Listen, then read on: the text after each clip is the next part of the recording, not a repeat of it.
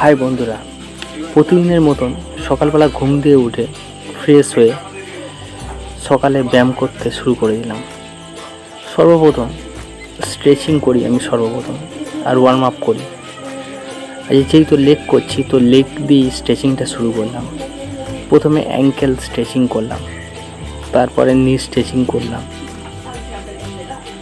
করার পর কিছুক্ষণ ওয়ার্ম আপ করলাম, কারণ ব্যায়াম করার কিছুক্ষণ আগে ওয়ার্ম আপের প্রয়োজন শরীরকে প্রস্তুত করার জন্য। ব্যায়াম প্রস্তুত করার জন্য ওয়ার্ম আপের খুব প্রয়োজন। তো কিছুক্ষণ ওয়ার্ম আপ করলাম। আজকের ওয়েদারটা খুব সুন্দর ছিল। রাত্রিবেলা বোধহয় বৃষ্টি হয়েছিল, মাটি কাদা কাদা দেখেই আপনারা বুঝতে পারছেন মেঘলা ওয়েদার। আমি যখন ব্যায়াম করছিলাম তখন ঝিরিঝিরি বৃষ্টিও পড়ছিল। এই এখন লেগ এক্সারসাইজ শুরু করলাম।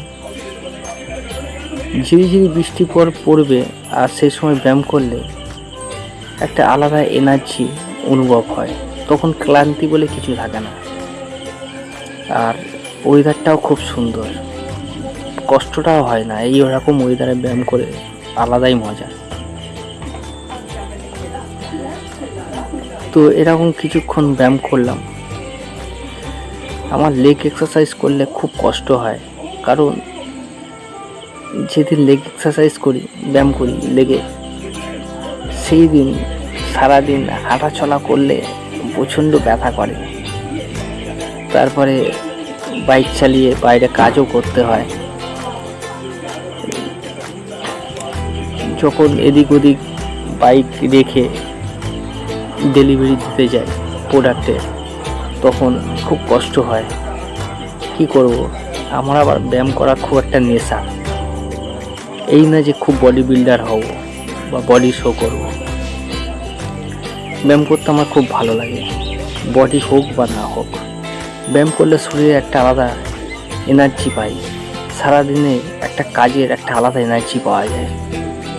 তো আমি ব্যায়াম শেষ করে আমি আমার পড়া শুরু করলাম। সামনে একটা পরীক্ষা আছে, সেই পরীক্ষার জন্য প্রস্তুতি নিতে হচ্ছে।